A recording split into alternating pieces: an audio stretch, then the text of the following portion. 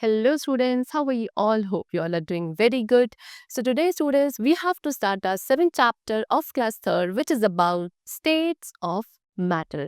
Matter की कितनी states होती हैं, क्या उनके features हैं, ये सब आज हम discuss करेंगे. So let's start our chapter with the very first topic of our chapter which is about matter. That means सबसे पहले हमें ये पता होना चाहिए what do we exactly mean by matter. Matter होता क्या है? See, in our daily life, we see many things all around us. They are made up of different kinds of materials. These material is matter. Matter has two characteristics, that is, it has mass and occupies space. Thus we can say that anything that occupies space and has mass is called matter. So हमारी life में, daily life में हम देखते हैं अपने surroundings में different kinds के objects, और ये सभी ऑब्जेक्ट्स डिफरेंट काइंड के मटेरियल से मिलकर बनते हैं.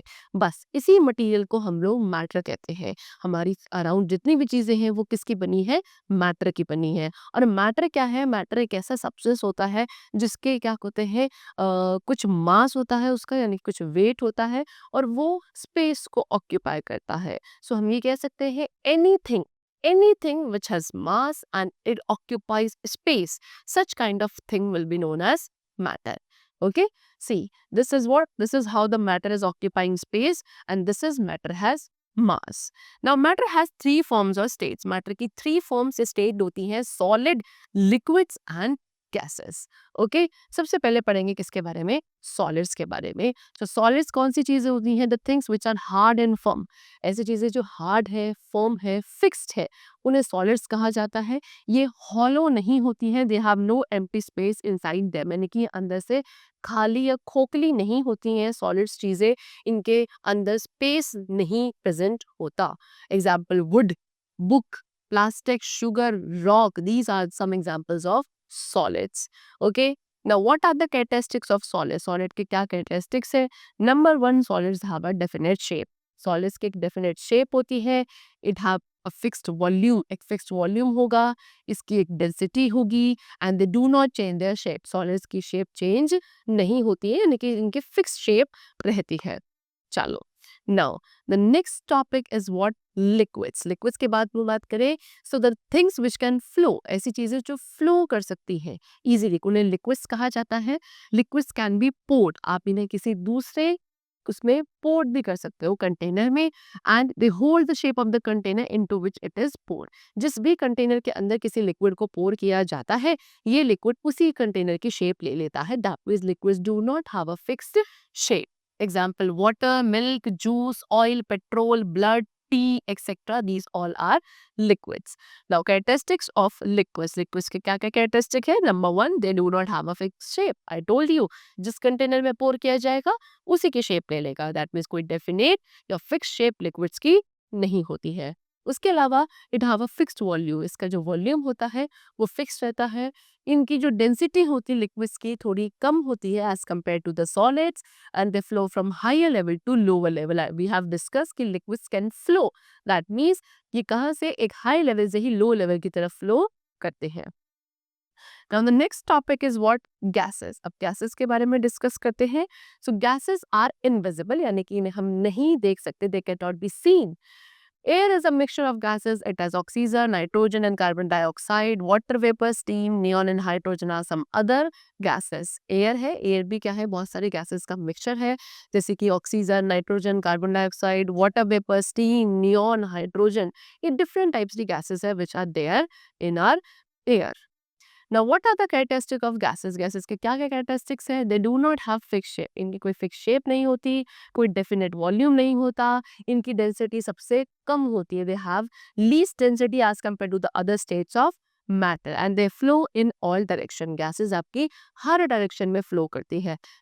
It is only water that is found in all the three states of matter and can change its forms or state. सिर्फ एक water ही ऐसा substance है हमारे nature में जो थ्री फॉर्म्स में अवेलेबल है, that is solid, liquid and gas, और हम उसको क्या डिफरेंट फॉर्म्स में कन्वर्ट कर सकते हैं by some methods. So what are the changing states of matter? How can we change the states of matter? So matter can be changed from one state to another. आप matter के किसी भी एक state को दूसरे state में change कर सकते हो।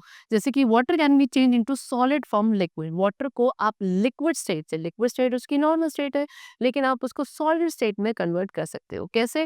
व्हेन वी फ्रीज वाटर, जब हम पानी को फ्रीज करते हैं ये आइस में कन्वर्ट हो जाता है, और आइस क्या है? सॉलिड स्टेट है। Okay, in water cycle also on hilly areas water changes into snow and in plains in hails. Water cycle में भी जो हिली एरियाज होते हैं वहां पे पानी किसमें? आपका स्नो में चेंज हो जाता है, एंड प्लेन्स में हेल फॉर्म में चेंज हो जाता है। स्नो हेल दोनों ही पानी की सॉलिड स्टेट है। ओके, सो लिक्विड्स क्या आपके सॉलिड में कन्वर्ट किए जा सकते हैं by freezing. Okay, FREEZING, freezing. चलो, this is ice, this is snow and this is hail. Hail क्या होता है? जो आपके वो ओले पड़ते हैं, that is hail. Now next is what? Water can be change into gaseous state from liquid state. अब वाटर की लिक्विड स्टेट को हम गैसियस स्टेट में भी कन्वर्ट कर सकते हैं। कैसे?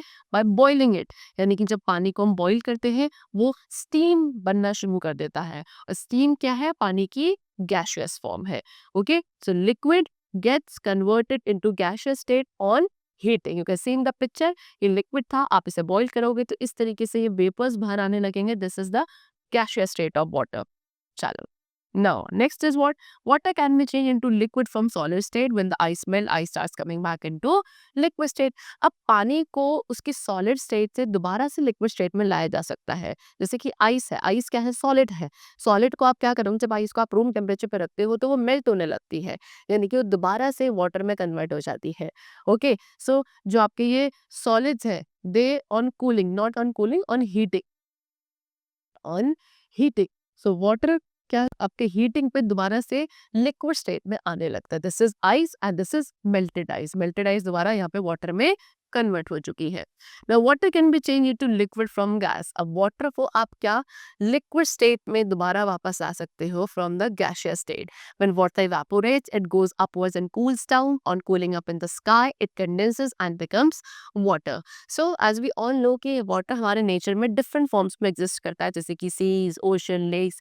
इन सभी एक्वेटिक बॉडीज में जितना भी पानी है ये अपनी नॉर्मल स्टेट पे होता है, लिक्विड स्टेट में होता है।